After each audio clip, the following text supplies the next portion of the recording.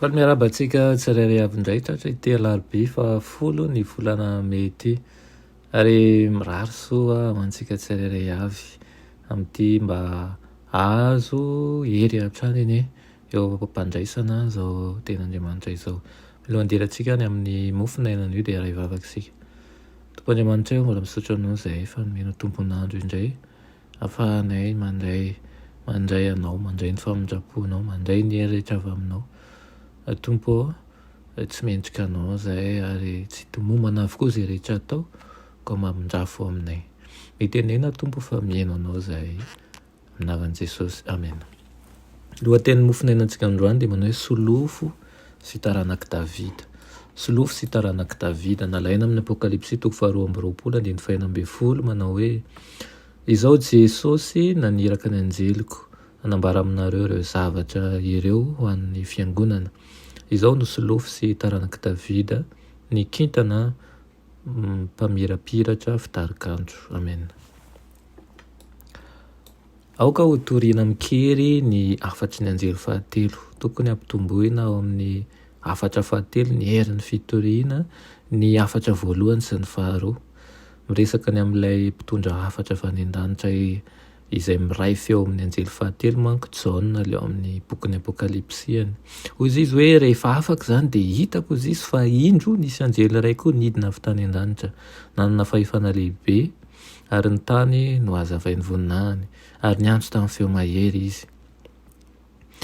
Tandidinin-doza isika ny fitoriana ny afatry ny anjely fahatelo amin'ny fomba tsy voafaritra mazava ka manjary tsy manaitra ny olona zany. Hevitra hafa marobe no nampidirina tao ka nanjary nalefaka sy tsy re ilay afatra tokony toriana tamin-kely. Nisy fahadisoana natao nandritra ny konferansantsika noresahana ny lohahevitra mikasika ny sabata saingy tsy naseho ny amin'ny fizahantsoetra lehibe ho an'ny fizahantsoetra lehibe ho an'izao andro iainantsika izao. Mitonina ho mino an'i Kristy ny fiangonana kanefa mandika ny lalàna izay Kristy mihitsy no nanambara azy teo Sinay, teo tendrombohitra Sinay zany baiko antsika hoe ambarao amin'ny oloko ny fahadisoany ary amin'ny taranak'i Jakoba ny fahotany.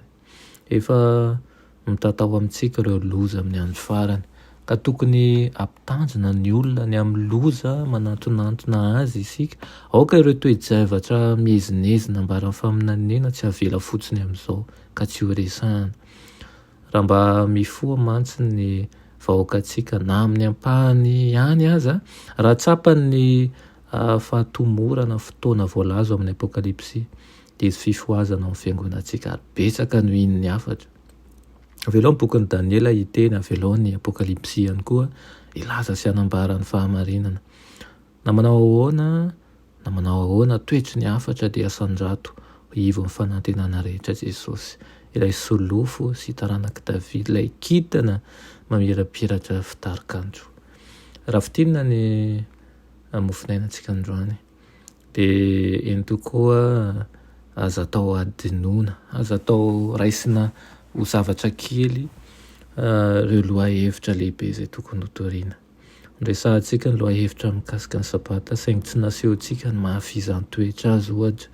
Ary aoka izay rehetra ho torintsika ny mahakasika ny bokin'ny Daniela mba hiteny, ny mikasika ny Apokalipsy mba hanambara ihany koa dia azadiny ny foto-kevitra dia i Kristy irery ihany.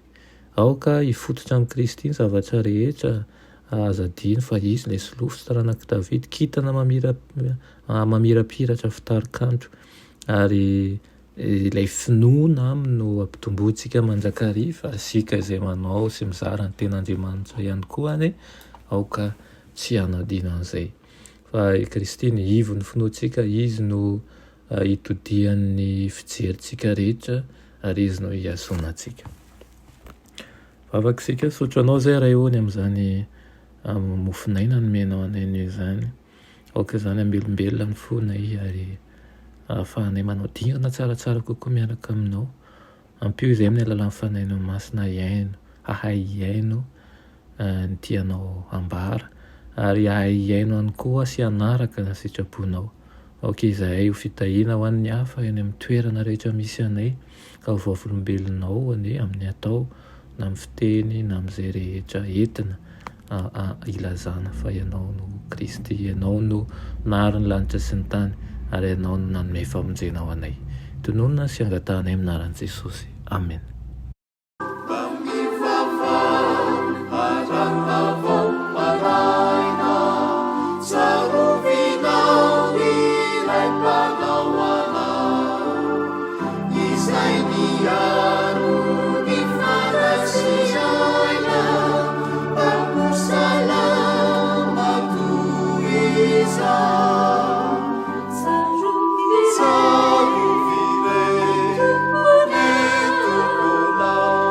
Piaro